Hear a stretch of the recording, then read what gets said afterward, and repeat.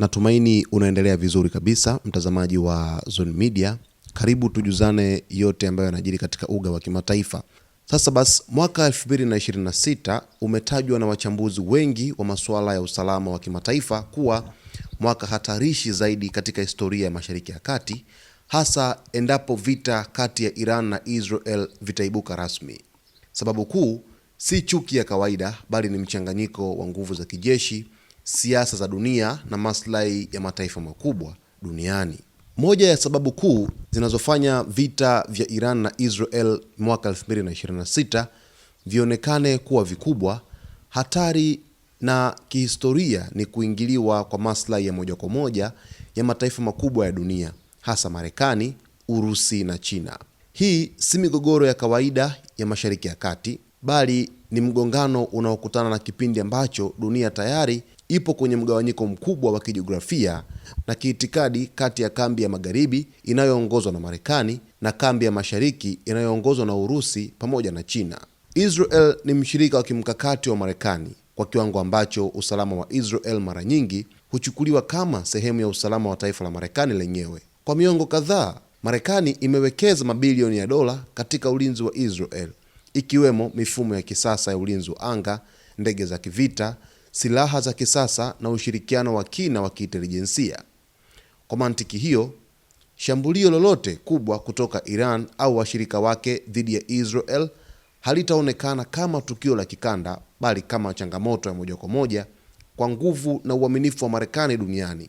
Marekani haitakuwa tayari kuonekana dhaifu mbele ya wapinzani wake wakuu, hasa katika kipindi ambacho inakabiliwa na ushindani mkubwa wa kimataifa. Kwa upande wa Iran, vita vya Israel si suala la kijeshi pekee, bali ni vita ya kifikra, siasa ya kimkakati dhidi ya mfumo unaoongozwa na Marekani. Iran imejijenga kama nguzo kuu ya upinzani dhidi ya ushawishi wa magharibi katika Mashariki ya Kati, na katika safari hiyo imefanikiwa kujenga mahusiano ya karibu na Urusi na China. Mataifa haya mawili yanaiona Iran kama mshirika muhimu katika mkakati wao mpana wa kupunguza nguvu ya Marekani na washirika wake katika maeneo muhimu ya dunia, hasa kwenye njia za nishati, biashara na usalama wa kimataifa.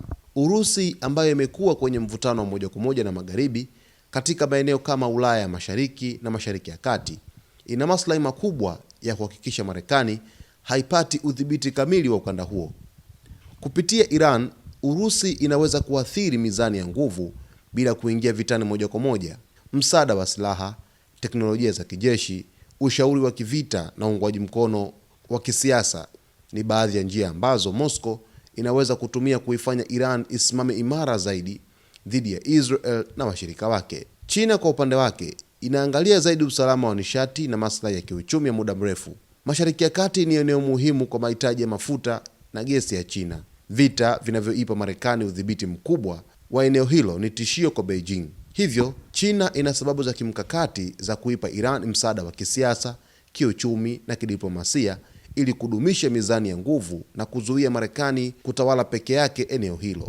Mchanganyiko huu wa maslahi unaifanya vita ya Iran na Israel mwaka 2026 kama itakapotokea kuwa vita vya wakala vya kiwango cha juu, ambapo mataifa makubwa yanapimana nguvu zao kupitia washirika wao bila kutangaza vita rasmi. Aina hii ya vita huwa hatari zaidi kwa sababu haina mipaka ya wazi, haina mwisho wa haraka na mara nyingi huenea kutoka eneo moja hadi jingine bila onyo. Kilichotokea Ukraine ni mfano mdogo ukilinganisha na kile kinachoweza kutokea Mashariki ya Kati. Zaidi ya hayo, uwepo wa silaha za kisasa, makombora masafa marefu, mashambulizi ya mtandao na teknolojia za kisasa za ujasusi unaongeza uwezekano wa makosa ya kimkakati yanayoweza kusababisha kupanuka kwa vita kwa ghafla. Tukio moja dogo linaweza kuvuta mataifa makubwa kuingia kwenye mgogoro mpana ambao haukupangwa awali. Kwa upande mwingine, vita kati ya Iran pamoja na Israel mwaka 2026 ambavyo vimetabiriwa kwa kiasi kikubwa na wachambuzi wa kidiplomasia duniani pia vinajengwa kwa muktadha kwamba Irani imekuwa ikitangaza wazi kuwa haliitambui Israel kama taifa halali, huku Israel ikiona Irani kama tishio kubwa zaidi kwa uhai wake na vizazi vyake vijavyo, hasa kutokana na mpango wake wa nyuklia wa Tehran.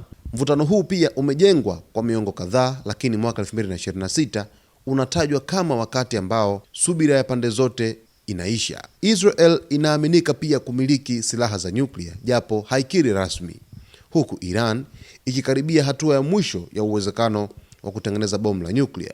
Iwapo Israel itaona Iran iko karibu kuvuka mstari huo, shambulio la ghafla na kali linaweza kutokea, likivuta vita vikubwa ambavyo havijawahi kushuhudiwa katika ukanda huo wa Mashariki ya Kati. Lakini tofauti na vita vya zamani, vita vya 2026 vinatarajiwa kuwa vita vya mtandao wa mataifa na makundi. Hezbollah kutoka Lebanon wakiwa upande wa Iran, Hamas na makundi ya Gaza yote wakiwa upande wa Iran, lakini Wahouthi kutoka Yemen wakiwapa support kubwa na nguvu kubwa sana taifa la Iran. Makundi haya yote yanaungwa mkono na Iran, hivyo shambulio moja kwa Israel linaweza kusababisha mashambulizi kutoka pande nyingi na kwa wakati mmoja. Lakini vita vya 2026 havitakuwa vya askari kwa askari pekee, bali makombora masafa marefu, droni za kisasa, mashambulizi ya mtandao yani ya cyber attacks, lakini silaha za akili bandia. Hii itasababisha uharibifu mkubwa kwa miundombinu, umeme, mawasiliano na hata mifumo ya benki. Athari kubwa huenda zikatokea duniani, ambapo vita vikizuka, bei ya mafuta itapanda sana, kwa sababu eneo la Mashariki ya Kati ni eneo ambalo linasambaza mafuta kwa kiasi kikubwa sana maeneo mengi ya dunia.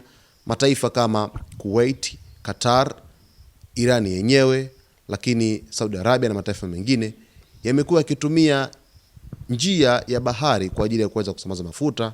Endapo vita vitatokea, basi mafuta yanaweza yasifike kwa kiwango kikubwa katika maeneo mengi duniani, hivyo bei ya mafuta kuweza kupanda kwa kiasi kikubwa.